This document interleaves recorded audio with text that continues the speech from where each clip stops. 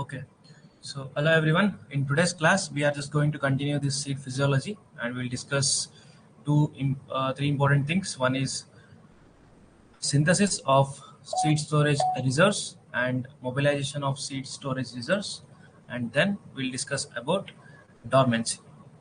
Okay, so I hope like you have followed all the three classes that I have taken before, and now we'll just continue with the previous class. And if you have any doubts from the previous three classes, you can ask me now or after this today's session. Okay,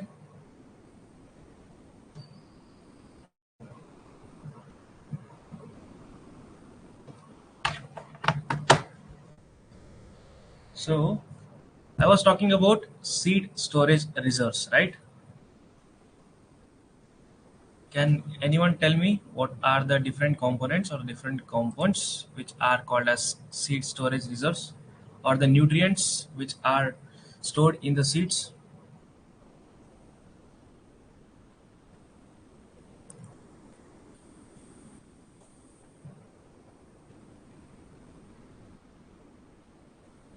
Yes, like which are the different seed storage reserves or the seed storage nutrients that are accumulated during the seed development?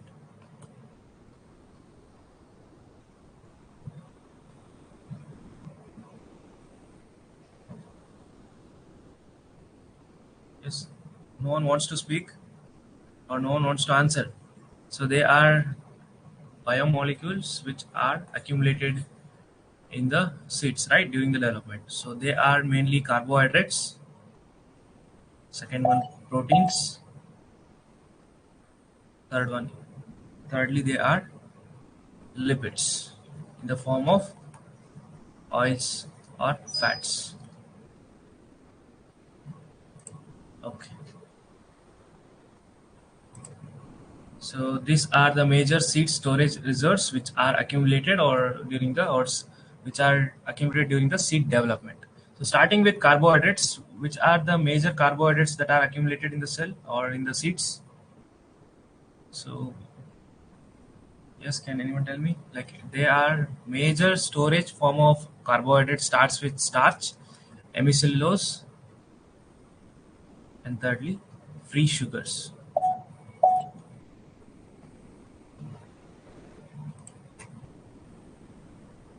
Okay, so these are the major carbohydrates that are stored in the seeds while during the seed development. So starch in the form of, what are the two different forms of starch? These are amylose and amylopectin. What about hemicellulose? What are the different components of this hemicellulose?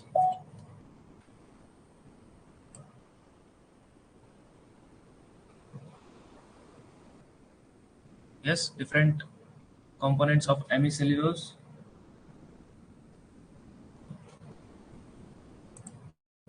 Okay, let us first discuss about starch and then we'll go to the hemicellulose and the free sugars.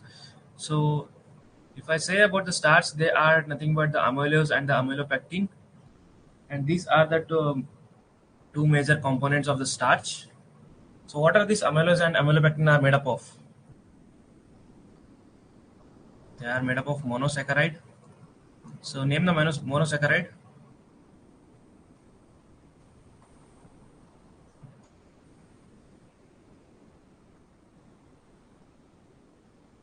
Yes, it's glucose. So in case of amylose, can you just tell me the linkage? At what position the linkage will be between the carbon to carbon, between the two glucose units? So since amylose is a linear structure of the glucose and there will be a connection between two regions or of the carbons, can you just name the region? It is alpha 1 comma 4 in case of amylose. Yes, it's alpha 1 comma 4, carbon 1 to carbon 4 in case of alpha. It's alpha linkage. So this is for amylose. What about amylopectin? For the amylopectin, it's again the glucose, but it is a branched polymer. Yes, very good. It's alpha 1,6 along with 1,4 linkage. So this is the structure of amylose and the amylopectin. So we'll talk about starch now. See, the starch is basically insoluble non-structural carbohydrate What I mean to say about non-structural?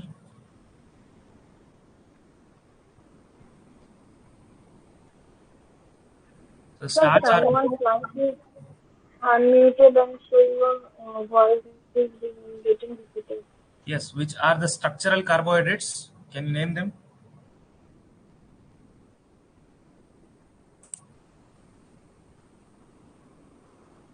Yes, it is majorly used for storage purpose. Very good. So the starch that we are talking about in the seed storage reserves, it has the important functions of storage. So that is why it is non-structural, because it is not taking place in a structural. It doesn't have any structural function. So the structural carbohydrate is cellulose. Very good. So this is about starch. And when you talk of composition of the amylose and amylopectin, which one will be higher in the cell?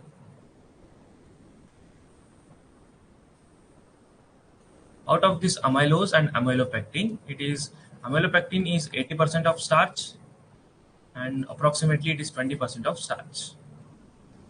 So why there is this much difference? Why is there is a huge difference between the composition of amylose and amylopectin? It, it basically means that amylopectin has some favorable effect. So that is why its composition is more in case of starch. So what is the favorable effect here? So the amylopectin is produced in more in the seeds because of the compact size. So since it is branched, it will accommodate itself in very compactly, and this occupies less space. So for this reason, it like 80% of starch itself is amylopectin, and both are alpha chains. So this is about starch, amylose, and amylopectin. If you want to see the structure, yeah, this is the structure of amylose and the amylopectin. As I said you earlier, the amylose is nothing but the linear polymer, and this is a branched polymer.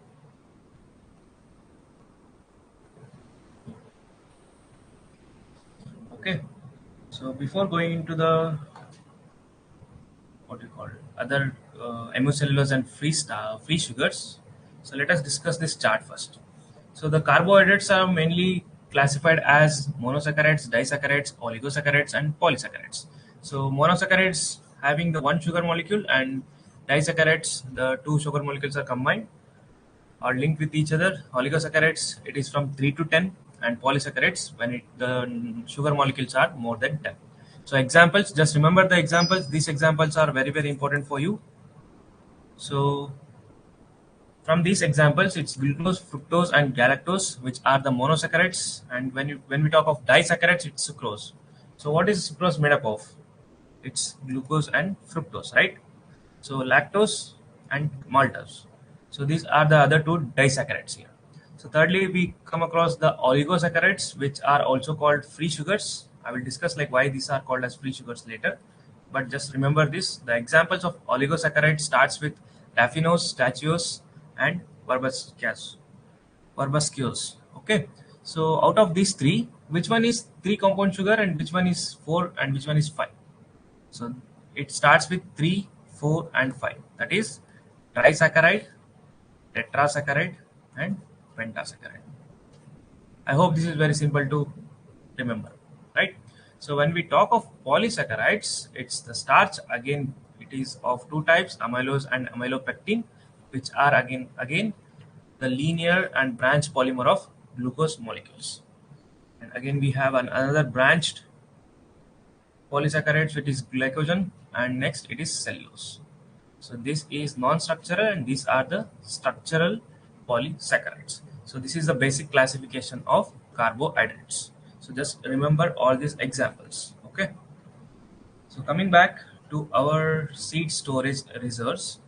So we have started with starch. We have talked about starch, and this is a insoluble non-structural carbohydrate made up of alpha glucose polymers. And I also told you the reason why the percent composition of amylopectin is higher than the amylose, right? And it is generally 1,4 alpha linkage in case of amylose, and it's 1,6 to 6 alpha linkage along with 1 to 4 linkage in case of amylopectin. So next we can talk of hemicellulose. So can you just name some hemicellulose? Yes, anyone?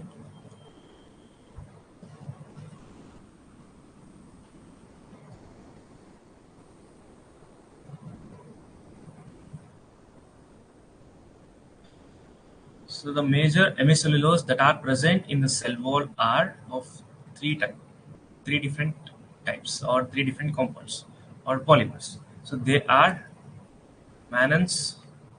Secondly, they are xyloglucans. Yes, xyloglucan, glucomannans. Very good. Yes. And thirdly, the major component or major biopolymer is galactomannans. So other than these three, there are also some other hemicellulose that are present. I've just listed them here.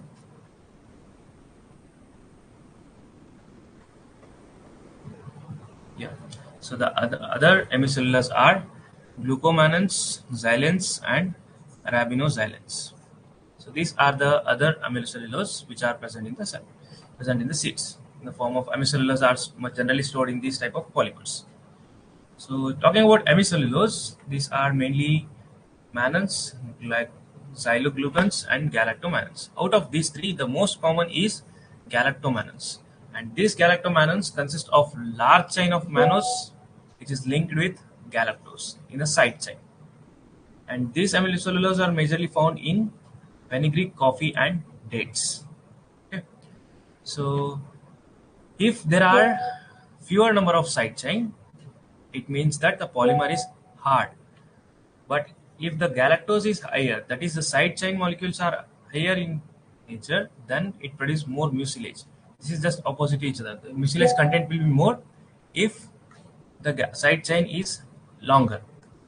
And if the side chain is small, then the polymer itself will be hard. Okay. So what is the advantage of having this mucilage then? So the advantage of having this mucilage is as seeds grow in the dry climatic conditions, so when they are hydrated during the germination, this mucilage will absorb the water and it will retain as a moisture content as forming a layer. So this moisture content will be available whenever the water availability decreases. This is a kind of adaptation that has been made by the seeds. So if the mucilage content is more, it is able to absorb the water and it can use this water when there is a scarcity of the water or water availability is low. So this is about hemicellulose and its composition. So thirdly, we have free sugars. So why the name free sugars? Can anyone tell me? And what are the different types of these free sugars? And they belong to a family called RFOs. And what is this RFO? The free sugars are those molecules which belong to the family of RFOs. So what are these RFOs, and in the first place, what are these free sugars?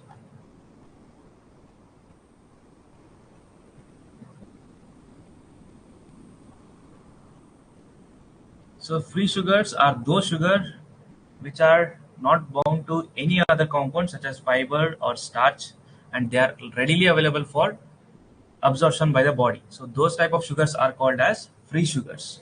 So they are quickly and easily broken down and absorbed by the digestive system. That is why they are named as free sugars. Under these free sugars, we have RFO family, or it's simply called as raffinose family. Can you tell me what are the carbohydrates that are under these free sugars? I already showed it here.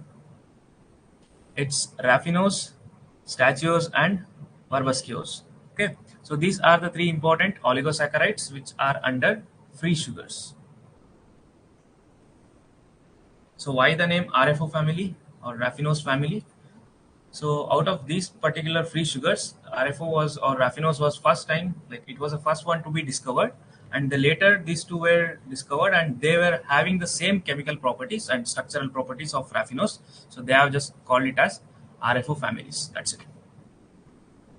There is no conceptual kind of thing here. It's just because the order of their discovery, they have discovered this raffinose first, and later when they discovered this stachose and verbascose, they found out that the chemical nature and also the structure is very similar to the raffinose. That is why they clubbed all this together and called it as raffinose family. I hope you will be able to remember the examples for free sugars, disaccharides, monosaccharides, polysaccharides, which one is trisaccharide, tetrasaccharide, and pentasaccharide. These type of questions can be asked directly in the exam. Okay, so don't forget to remember this. So talking about free sugars, why these free sugars are very important to us or important to the seeds? So these free sugars are directly respirable sugars in the young seedlings.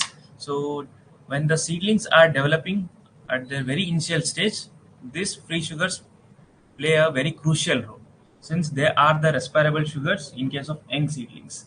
And these particular free sugars are desiccation tolerant. So I told you like what is the use of this desiccation tolerance while discussing the seed development. So these are specially desiccation tolerance helps in the storage of seeds. And these particular free sugars are the main substrate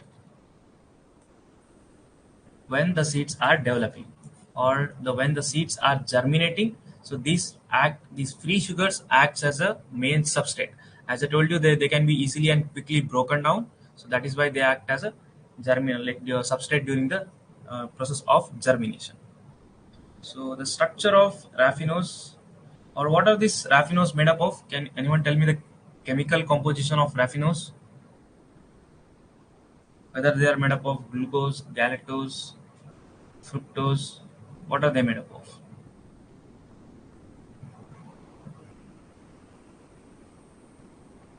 So the raffinose are made up of glucose and galactose. So this, I told you, this is a trisaccharide where it has fructose, glucose and galactose. So this is about raffinose. And what about the tetrasaccharide? So if you just observe this figure, you will be able to understand it very clearly.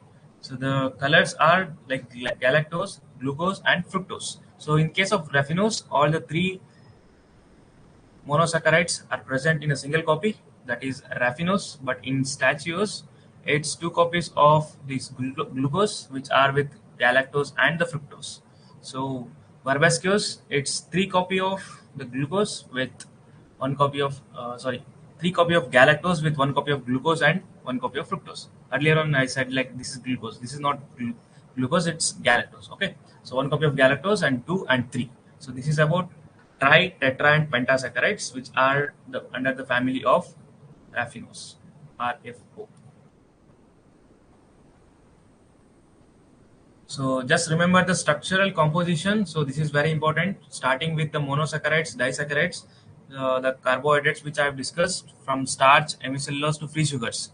You need to at least know the chemical composition of all these molecules. So this is about the carbohydrates. So next we'll talk of proteins. These proteins play a main role in the seed development, and we have 20 standard amino acids. So what do you mean by standard amino acid? I think I've discussed this thing in cracking of genetic code. If anyone remembers this point, you can tell me.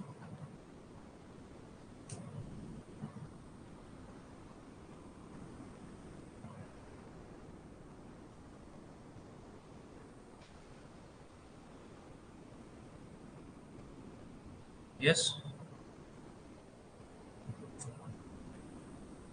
What are standard amino acids? I told you this in the previous class.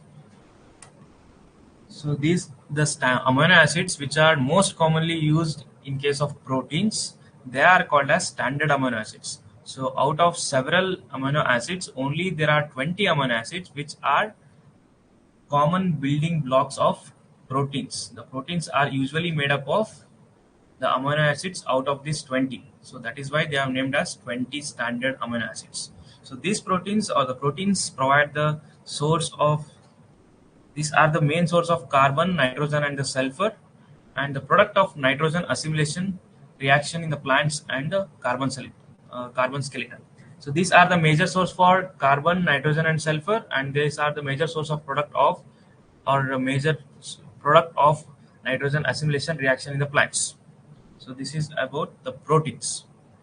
I hope like you have studied about biological nitrogen fixation and all, and how this carbon, nitrogen and sulfur. So if you just study the different cycles, carbon cycle, nitrogen cycle and sulfur cycle, you will get to know like how they are made available to the plants or the seeds. Right? But you need not to worry about all these things, but you should have at least some basic knowledge about these things.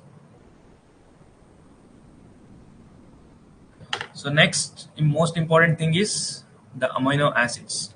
to know like 20, which are the 20 standard amino acids. This is the chart or classification of the amino acids, which I think again this is the repetition which I've already told in the cracking of genetic code, where it starts with non-polar, polar, and where the non-polar and polar are divided into aliphatic and aromatic. So what is the difference between this aliphatic and aromatic? So you just observe the figure and tell me like what is the difference between them.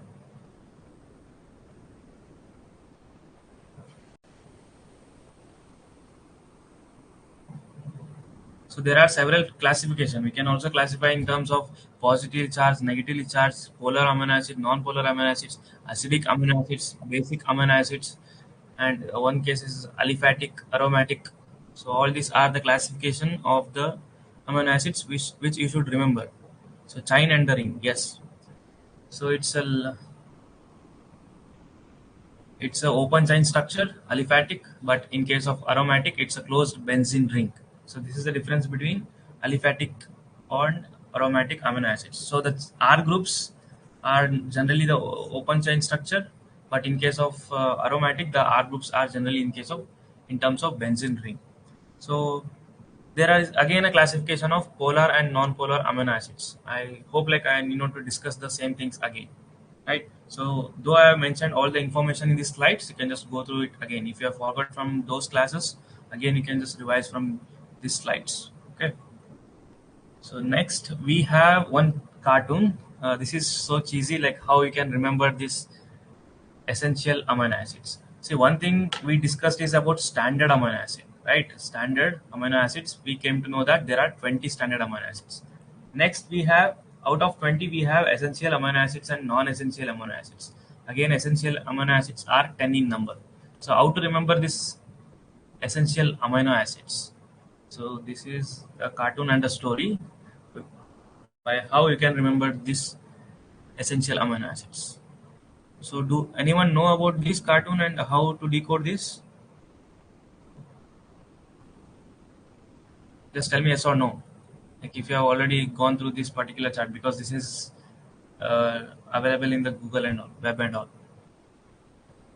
So most of the students will follow this particular chart on cartoons to remember these essential amino acids. No one, no one has gone through this chart before. This is the first time you are seeing this. Okay. So I don't know like whether they will directly ask you about give the name the essential amino acids or which of the following are essential amino acids. I don't know about it, but if in case they ask you in the exam, so this is very easy way to remember these essential amino acids, right? So generally the story is, so this is certain hall which is called as private team hall. So the name is private team hall, but as the pronunciation is private, but it is only PVT here. So once you capture this thing in your eyes, it will be there. So it is PVT team all. So in this PVT team all, the military officer calls for a roll call of these 10 students. Let us take this as a 10 students. He will call for a roll call. So all these 10 students will line up. So once they line up, this is how they look like PVT TIM all, team all. So P for phenylalanine, once the roll call begins, they will start pronouncing their names or announcing their names, starting with phenylalanine, valine, tryptophan, threonine, isoleucine, methionine, histidine, arginine, lysine, and leucine. So out of these 10 amino acids, I have marked only these two. Why I have marked these two? Because we have another amino acid from T, which is that it's tyrosine. So tyrosine is non-essential amino acids. So seeing this T and T, you might be feel confusing that whether it is tyrosine or tryptophan or threonine. So just you have to remember this, that this is tryptophan and threonine here. Okay. So this is the first one, and after that, so once after the roll call, so their students, they will just announce that they leave, like I leave. Everyone will say that I leave for this branch of military. So I leave for this branch of military. So what does this mean? It means that the LIV, these are the branched chain amino acids. So this is how you can remember. I leave for this branch of military. So branch is nothing but branched chain amino acids, which starts with LIV, leave. So leucine, isoleucine, and val. So this is a second comment. So thirdly, So next, the military officer instructs that there will be no isiphites arguing lying. There will be no isiphites arguing lying in the basic training. So this is a basic amino acid. So for the basic amino acids, you just take the histidine, arginine, and lysine. So these are the basic amino acids. So which are the acidic amino acids? So acidic amino acids are aspartic acid and glutamic acid. So this is the third comment. And fourth is, you will say that last two are ketogenic amino acid. So I don't think like they won't be asking all last, like which of the following are ketogenic, or just name the ketogenic, but you can remember these things very easily, right? So last two are ketogenic out of this private team all, which is L and L. It's lysine and leucine. So what do you understand by ketogenic? See, once there is a metabolism of these amino acids, the structure will be converted into keto sugar, or not sugar, like keto. Keto group will be added. That is, the general structure is R group, the adjacent R group with double bonded O. So this is the general structure of ketos. So it is after the metabolism of these two amino acids, it will be the structure will be converted into ketos. So that is why they are called as ketogenic amino acid. So one thing they are not mentioned in this chart, that is acidic amino acid. So that is why I have written it in the sideways. Okay, I hope you will be able to remember these things. See, you need not to worry about this ketogenic. At least try to remember the 10 essential amino acids. If not for SRF, or if not for JRF, even in CSR and other exams, you have to remember all these things. Since its main weightage is for biochemistry, you have to do it if you are going for further studies. Okay, so this is private team hall. So there are 10 essential amino acids. Is this clear?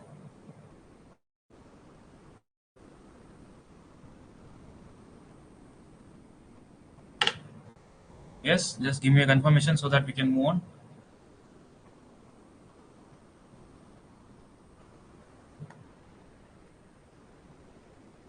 Okay. So this is a classification of amino acids, starting with standard amino acids, then essential amino acid, and also polar, non-polar, and aliphatic, aromatic. So just tell me the aspartate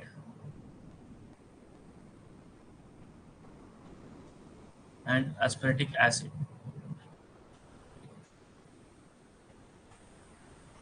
They are same amino acid or different? Aspartic acid and aspartate. They are same amino acids or they are different amino acids?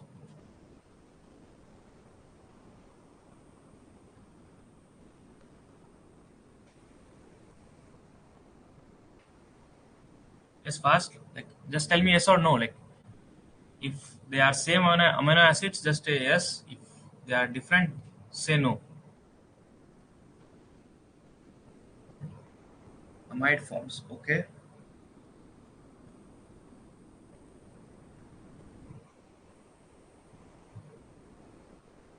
What about others? What do you think? Like they are same amino acids or different amino acid? Yes, they are same amino acid. So why the two different names here for the single same amino acids? See, the aspartate is a deprotonated structure of aspartic acid. So if you just look at this figure, so the last one, the negatively charged R group. So there is a deprotonation in the COH, carboxylic acid group. So if that is occurring, this is called as aspartate. If it is in the protonated state, then it is called as aspartic acid. So why it is acid? So we know that acid or acidic in nature, they generally accept this proton, right? So that is why it is aspartic acid once it accepts this proton and convert it into carboxylic acid. So once there is a deprotonation, then it is called as aspartate. So this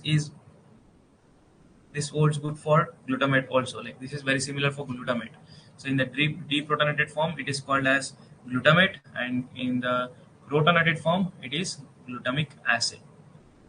I hope you will be remembering this from now on. Yes.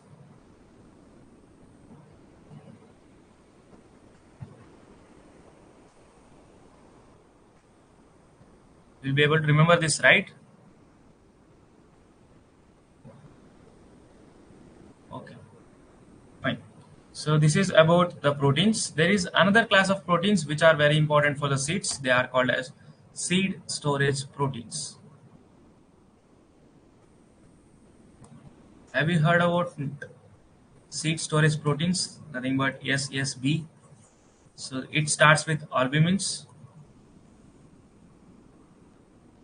So yeah, I figure I'll just show you directly. Okay, the seed storage proteins. The classification was given by Osborne, and it is SSB. So these are four different types, starting with albumins. Secondly, globulins. Third is prolamines, and fourthly, it's glutelins. Yes, it's globulin. So the albumins are generally water soluble. The proteins are generally water soluble, and globulins are dilute soluble in dilute salt solution, and prolamins are soluble in alcohol. Sometimes they are soluble in water, but majorly they are soluble in alcohol. Prolamins. And lastly, we have glutelins, which are soluble in either dilute acidic or basic solution, or alkali or acid solution. So these are the four different types of seed storage protein. So why they are important? So I hope like you all have heard about these proteins, arginine, gliadin, and avenine. So all these proteins comes under the class of prolamines. So the major gene protein that you have heard in maize protein is under the class of prolamines. So which is soluble in only alcohol. And the so this gliadin and gluten. I hope like you have heard about the gluten in case of wheat. So the don't confuse about gliadin and gluten. This gliadin is just a component or the major component of gluten. In the structure of the gluten, this gliadin is the major component. Okay, so all these three are under the category of prolamines, which are soluble in alcohol. So they might ask you the examples like which of the following is a prolamine.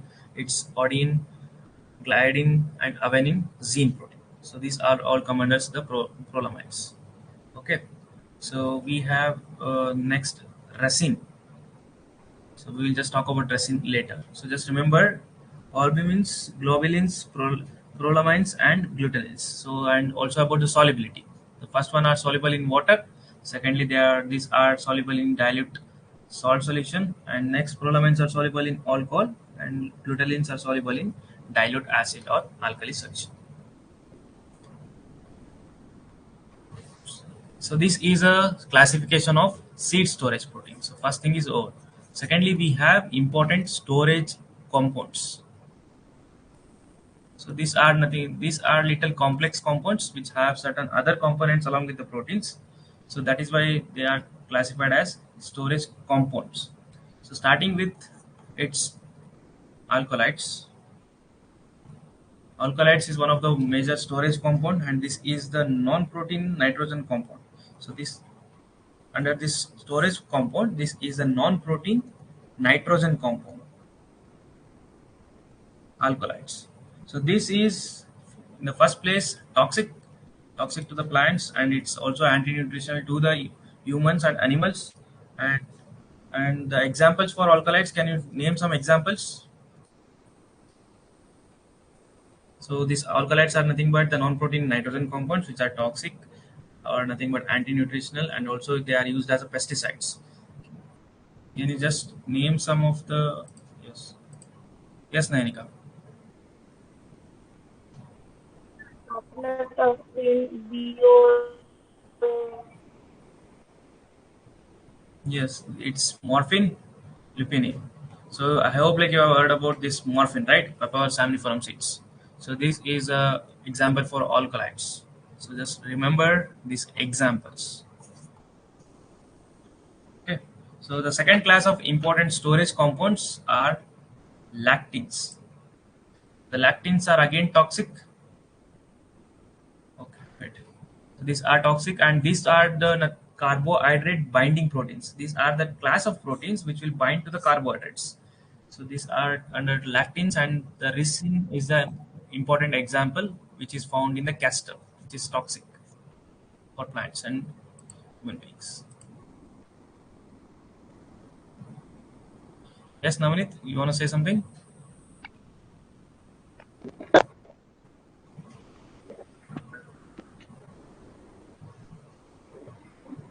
Yes, Hello, yes, yes.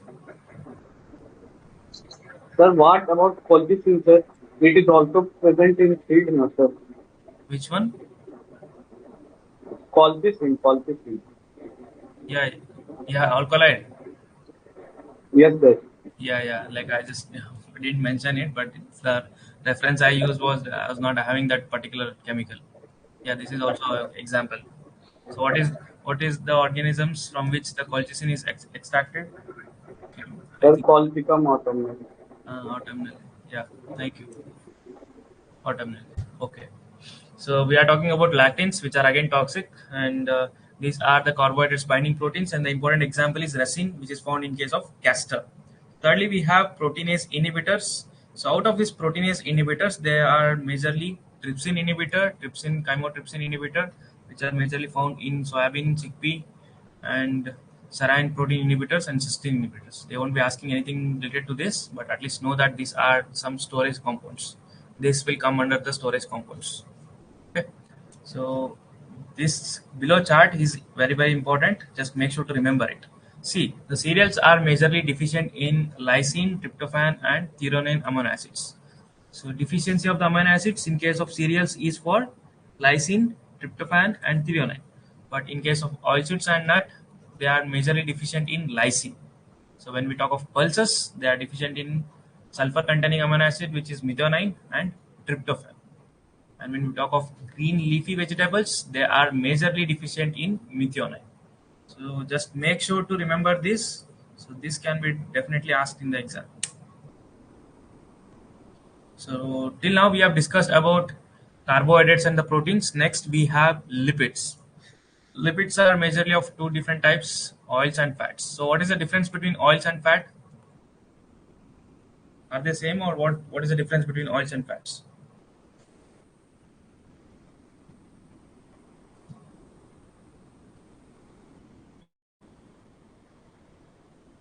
Yes? I don't know why, like, what problem is happening, but I'm not able to clearly hear you people, what you are saying. Hello, sir. Yeah, now you're audible. Yes, tell me. Sir, in normal temperature, oils are liquid and fats are solid. Yeah, I think I told in one of the previous, like last year class. Yes, very good. It's oils are liquid in case of room temperature. So these are solid. Fats are solid in the room temperature. So this is the difference between oils and flats. So this is how we can classify the compounds, whether they are oils or fats. So talking about the calorie, it's 20% of the calorie uptake by the humans consist of the fats, and these are the carbon source for the lipid synthesis. Comes from the carbohydrates. So majorly it is from the carbohydrates where how the lipid synthesis takes place. If you just go through the lipid synthesis complete process or different events of reaction that is taking place, the major source itself is carbohydrate, which acts as a carbon source.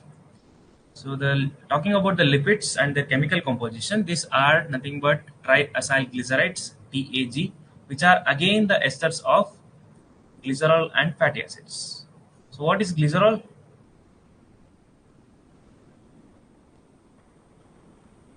Yes, what is glycerol? And what are fatty acids? Fatty acid, I think I already written it here. So what is glycerol?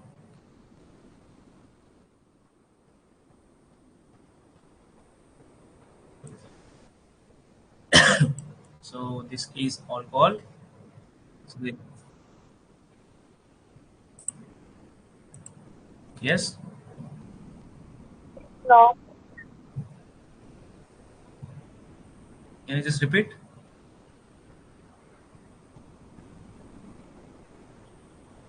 Alcohol plus acid. So glycerol plus fatty acid is fatty acids are nothing but the long chain carboxylic acid which is mixed with the alcohol. So this becomes the triacyl glycerides. So they are nothing but lipids. So these are insoluble in water, but soluble in, this is wrong, this is not soluble in water. So they are soluble in, yes. I think Nanika and few two or three people are answering. Like others, just be interactive with me. Just you will be able to remember it better.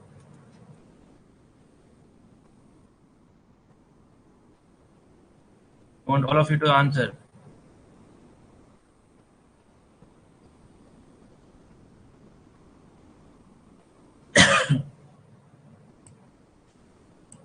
Yes.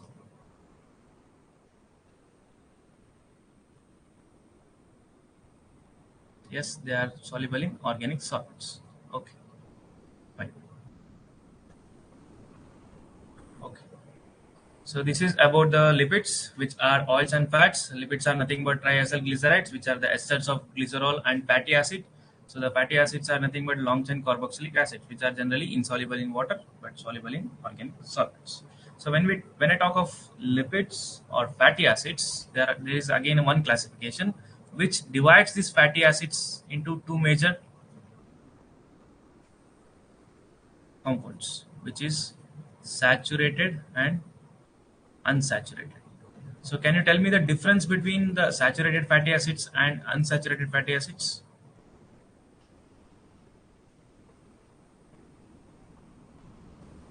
I'll show you the structure so that you'll be able to remember it better. So this is the difference between the structure. You just observe the structure and tell me the difference between saturated and unsaturated. First thing is double bond. So the presence of double bond in unsaturated fatty acid. So you don't see any double bonds in any of the carbon in between any of the carbon atoms in case of saturated. So there is no double bonds, and in case of unsaturated fatty acids, there will be the presence of double bonds, and they are based on the presence of double bonds. They are again mono di tri unsaturated fatty acids. We'll just mono and poly unsaturated fatty acids. You can also say like that. So again, in the unsaturated, there are two different forms. One is trans and cis. Trans is nothing but similar to what we have studied in the gene. They are present in the opposite direction, and the hydrogen bonds are in the same direction. They are called cis. If they are in opposite directions, they are called as trans. So this is the basic difference between saturated fatty acid and unsaturated fatty acids. So the saturated are generally solid at room temperature, and these are unsaturated are liquid at room temperature. So this is the classification, and these saturated fatty acids usually contains even number of carbon atoms along with the double bonds, and these double bonds is unsaturated is mainly because of the double bonds, and this is most predominant in case of fatty acids. Out of these two, unsaturated fatty acids are most predominant, and in case of saturated, you will see most common type is palmitic acid. So next, I have just given some information about how to find the oil content and all. This oil content value that is given is majorly determined by type and proportion of different fatty acids that are attached. Okay, so the oil content basically determined by the type and the proportions of the different fatty acids.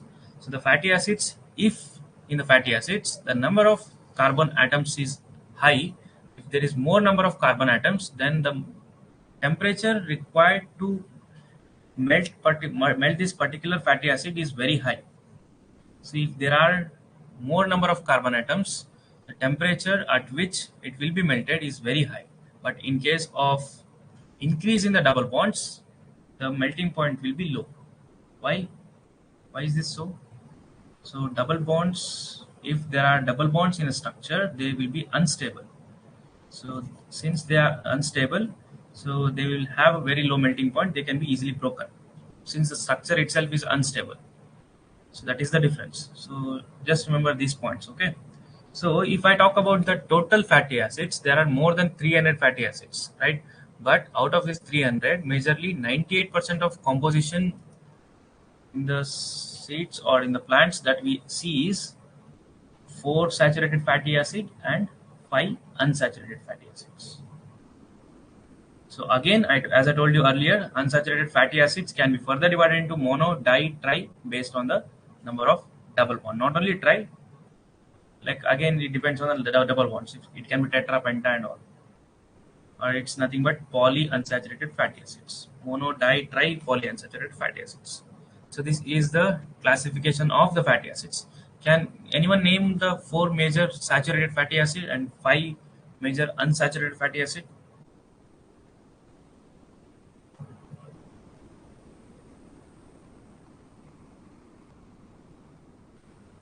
So the saturated fatty acid list starts with lauric acid, which has a carbon atom of C12, and this 0 is double bonds. Since we know that in the saturated fatty acids there is no double bonds, so it is 0 for all the 4 fatty acids. So lauric acid, mystaric acid, and palmitic acid, and stearic acid. So these are the 4 major saturated fatty acids. Talking about unsaturated, it starts with oleic, linoleic, linolenic, uricic, and icosanic. These are the 5 different unsaturated fatty acids. So this uricic acid is a major component of which crop, or majorly produced in which crop, which is detrimental to humans and animals, or again toxic to humans and animals, or anti-nutritional. Do not take this much of time to answer this. Yes, it's in case of mustard. So as I told you, these are anti-nutritional and these are toxic to humans. So there are certain varieties that have been developed which contains less than 2% of uricic acid in case of mustard. So can you just name the major varieties of these mustards? Yes? Yes, Nayanika. I'm not able to hear you. The 00 variety and Yes. canola. Yes, it's 00 and 00 varieties of mustard. Single and 00. Okay. So talking about about 70% of world fatty acids contains oleic acid and linoleic acid. Out of these two, linoleic, when you just see this linoleic and linolenic, this linoleic is not anti-nutritional, it is beneficial to health, but this linoleic is again detrimental, or it has some toxic effects or anti-nutritional.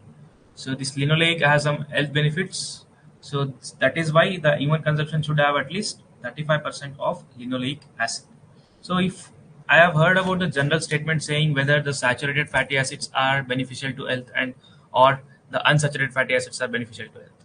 So which one is beneficial for, according to you?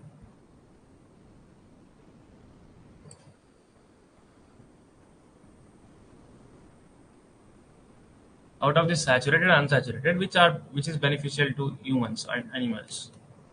So polyunsaturated fatty acids. Yes, it is unsaturated fatty acids which are beneficial. So again, if I, as I'm telling you that unsaturated fatty acids are beneficial, that doesn't mean that all the unsaturated fatty acids are beneficial. Okay, again, we have already discussed this linolenic and uricic acid are not beneficial to humans, neither the animals. So, but when you just compare broadly between saturated and saturated, it is the unsaturated which is beneficial. Okay. So, talking about the varieties. So, can you just list out the 7 major oilseeds in India based on their importance, or based on their production, you can say, or usage, production, or based on the importance? 7 major oilseeds of India.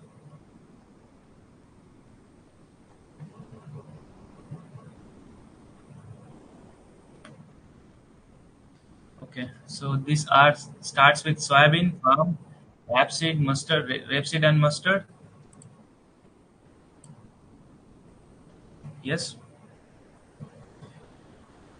Sunflower, cottonseed, and peanut or groundnut and coconut. See, these are the 7 major oilseeds, and the minor, it's sesame and the safflower in case of India, and the maize in case of US.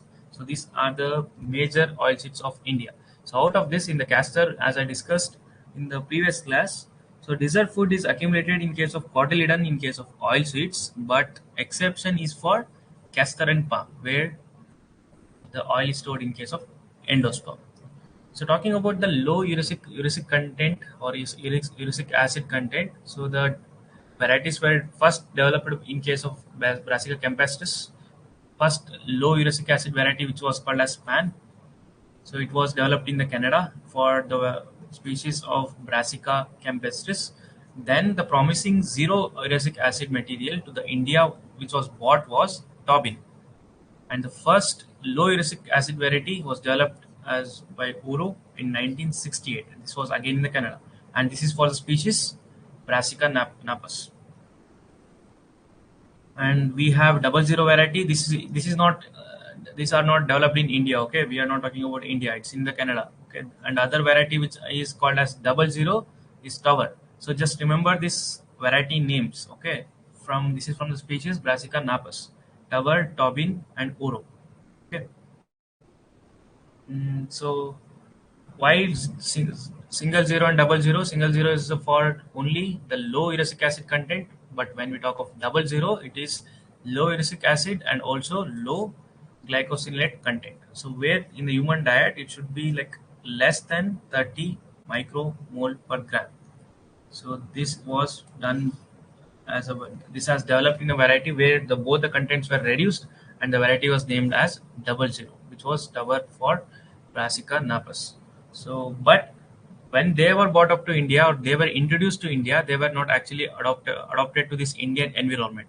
So, since they were not able to adopt to this Indian environment, the Indian scientists had to develop their own varieties using the materials or using the traits or the genes that they have used in these varieties. So, after the intense research, they have come up with the single zero and double zero varieties, where IAR has developed 2 double zero varieties and 7 single zero varieties of the Indian mustard.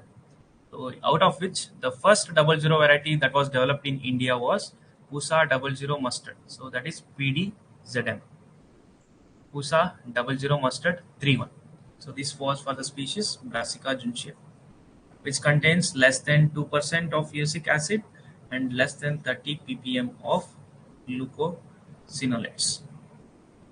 Okay, so I've just given the list of the 7 single zero and double zero varieties. Like these are the 2 double zero varieties and the 7 single zero varieties. Just go through these varieties once, so they might directly ask you in the exams like this PDZM is the variety of. So if they ask you in the PDZM, you will be able to answer. But if they ask you about the Pusa Karishma, so this is again the variety of mustard only. So just go through these varieties once. This since they are very much important. Clear? Mustard, groundnut, linseed, sunflower. Okay, I have not seen this message earlier. Sorry. Okay, we have discussed all these major oilseeds in India. Okay.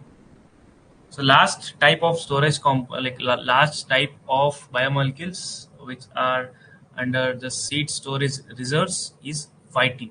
So this phytin is a storage form for the phosphorus. So this has a specific character where it can chelate. Chelate means nothing but binding. So it can bind to the certain minerals. So binding of these particular phytin to the certain minerals like calcium, iron, and zinc. So these have some detrimental effect.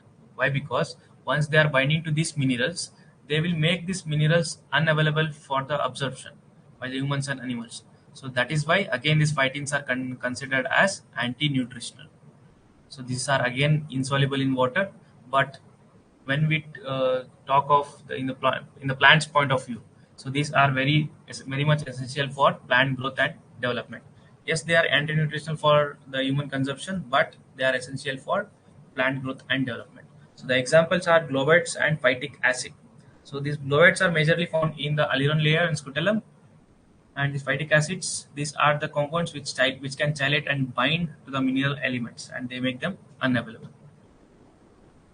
And apart from these anti-nutritional factors, they are also having the antioxidant properties and anti-cancer properties in case of phytin. Okay, so these are the seed storage reserves, which I wanted to discuss with you all. So out of this complete seed storage reserves, then you can expect at least one question, one or two questions from these particular topics. So make sure to revise it again. Okay. So as we have discussed about the different parts of storage of this seed reserve material, the perisperm acts as a storage organ in case of coffee and yucca, and hemicellulose is a major storage organs in case of endospermic legumes.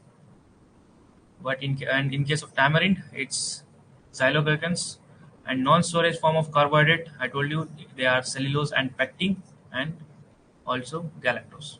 Sorry, glycogen. These are non-storage form of carbohydrates. Not glycogen, sorry. This is non-storage. I was talking about structural, right? So earlier I told you about non-structural. Non-structural is starch. So the non-storage form of carbohydrates are cellulose and pectin. And in case of graminaceae, we see that cotyledon itself, there is a single cotyledon or monocotyledon. This single or monocotyledon in case of grass family, it is modified to form the scutellum. So that is why we call it as scutellum as a cotyledon in case of grass. Hope you all know these things. Okay. So next is biosynthesis. I told you about. So we have just talked about seed storage resource. Next is biosynthesis and mobilization. So these two things are not as such important to go in detail, like how this complete starch, like starch compounds is synthesized, how it is synthesized, and how these lipids are synthesized, how the proteins are synthesized. So these things are not of your concern. So you can just skip it once. So anyhow, we will just discuss these things in bit detail in the next class. Okay. So I have few important points that I want to share with you all. So those things I will highlight and we'll discuss those points. So we have few things left. One is biosynthesis and mobilization, and next we can discuss the dormancy after these two different topics. Any doubts from today's class? I don't want to extend it more than 1 hour. That is why I'm just finishing it here. So we can discuss in the next class. Not a issue.